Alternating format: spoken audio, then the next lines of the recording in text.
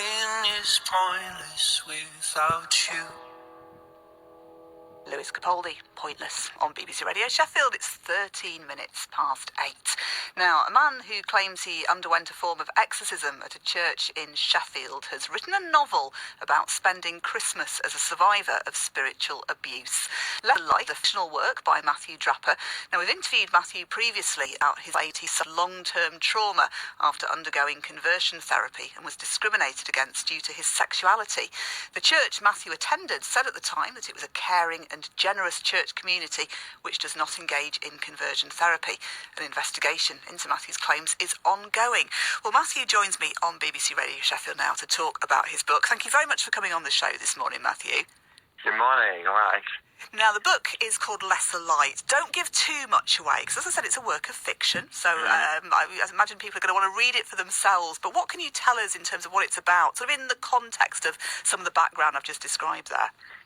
Yeah, absolutely. It's the Lesser Light is set at Christmas, and it's about a group of survivors who were involved in a sort of a charismatic church, a fictional one, and they went through some trauma within the church experience, and then it's sort of them getting back together about 5 years later for a Christmas wedding, and then sort of having to dig through all these things again and sort of to work around dealing with them, around sort of also dealing with the stress and the struggles of general Christmas as well at the same time. You mentioned it's a fictional work, but I imagine it must have been influenced to some extent by events in your own life. Was that partly what led you to write it? Yeah, I remember last Christmas, I went to a Christmas Eve service, and I was just in a sort of a regular local chapel, and it was a lovely community of people and a really nice place. But as soon as the minister started to speak sort of the Bible words and to tell to preach from the front, all of those feelings of being sort of trapped in a church, not literally but spiritually, all came back to me, and it was sort of about digging into that feeling and looking at what it is to be kind of like almost sort of triggered throughout the Christmas season in the spaces where you want to just enjoy the magic of Christmas.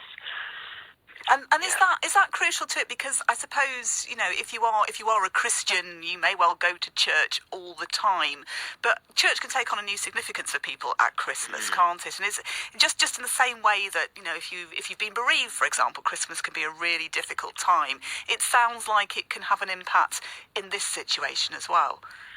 Yeah, absolutely. I think when you go back into a space or that is supposed to sort of give you those spiritual and religious feelings that you're stuck in the past almost, or just sort of recreating the sort of situations around the spiritual abuse that you might have experienced, then that can make it very difficult.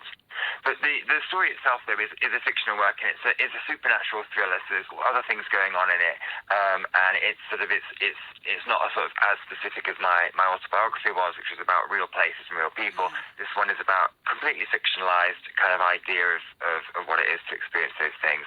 It's about the feelings rather than the actual experiences. If that makes sense. Absolutely. And who is the book aimed at? Are you targeting it at people who may have had a difficult experience in their own lives? Yeah, it's really hoping to form a more conversation around what it is to have survived cult-like experiences. And obviously that is not just for those people, it's for people who might want to know a little bit more about it. But because it's a fictional work and a story this time, it's able to sort of tell to give education and things like that, but throughout the story. I was thinking about Charles Dickens and The Christmas Carol, and how he told sort of educational things about the society, but through story, and so this is something I'm trying to do as well. Do you think some of the themes in your book, albeit fictional, do you think some of them might come as a surprise to some people who maybe think that, well, stuff like this doesn't happen in real life, does it? Yeah, I think so. I think what's important is to connect with the emotions of it, because I think you get some churches that are always sort of rebranding, and they're always sort of like finding new sort of inside and outside elements to them. So when you're inside them, you feel like you're really part of a community, but if you were ever to leave that or to go outside of that, you would be sort of completely alone. And so part of it is sort of being out in the normal world after having experienced a very sort of strong religion, and trying to sort of talk to ordinary people, and them not necessarily understanding where you're coming from and things like that as well. How did it feel to write this book, Matthew? Was it a cathartic experience for you, or did it bring back feelings that maybe you perhaps don't want to have to experience again? I think it was a bit of both. So I was excited to get into the mind frame of new characters and not to just sort of be looking at the story over and over again like I have been the last few years with the investigation and with everything going on in my life. So it was nice to do something that's quite different. And I feel like I spent a lot of my time kind of not tearing down as such, but like looking to sort of to deconstruct things. And so it's nice to reconstruct and to rebuild something and to kind of try to do something that's sort of uplifting and sort of building rather than sort of taking away, if that makes sense. And how do you think it will help people who've been through conversion therapy or who have had experience of attending what you describe as a cult-like church? Is it sort of giving them the chance to kind of acknowledge their feelings, their emotions, or is there a possibility it could bring back some bad feelings for them? Because this is difficult stuff, isn't it? I mean, this is a work of fiction, but you're still dealing with some rather difficult and challenging themes, aren't you? Yeah, I think the main character goes on such a journey in the story that at certain points, people could find it fairly triggering if they have been through similar experiences.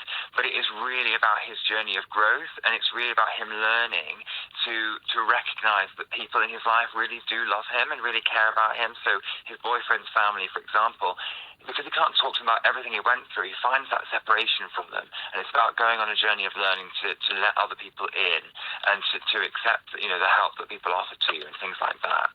So I feel like it should give people a little hints and tips as to, on ways to sort of deal with those things a little bit better as well. And is it the first of many fictional works? Are you going to become an author as a kind of regular job, if you like, Matthew? I hope so. I love the idea of taking something sort of Doctor Who sort of style fantasy and then applying it to sort of my own experiences and sort of combining those two worlds, because I love researching sort of Christianity and I love researching LGBT history and I love fantasy stories. So being able to combine them all was really exciting for me. And it will be a physical book, won't it? But you're also bringing it out as a free-to-read blog over the Christmas period. What was the thinking behind that? Yeah, I wanted people to be able to have something that they could look forward to each day over Christmas, and to also be able to form a little bit of community around, so they can sort of follow the hashtags and also join in the comments. So the website for it will be lesserlight.blog, and it's an old-fashioned blog in a way, because people don't always do so much blogging these days, but it'll have 3 or 4 of the chapters each day, and it follows the days of the story. So it starts on the 23rd of December, and it goes all the way through to New Year, and each day, so Christmas Day, Christmas Eve, it follows along with the days of the week as well. And when is it out as a physical book that we can actually go out and buy? Yeah, you can order it now, actually. It's available sort of mostly online, but you can also go into a local bookshop and ask them to order it as well. So you can get it now. It just takes a couple of weeks to arrive. Well, it's been good talking to you, Matthew, and thank you for sharing some of the reasons behind writing this story for us on BBC Radio Sheffield. Best of luck with the writing career. I'm sure we will speak again before too long. Thank you. Yes, okay, thank you very much. Matthew Drapper there from Sheffield, author of Lesser.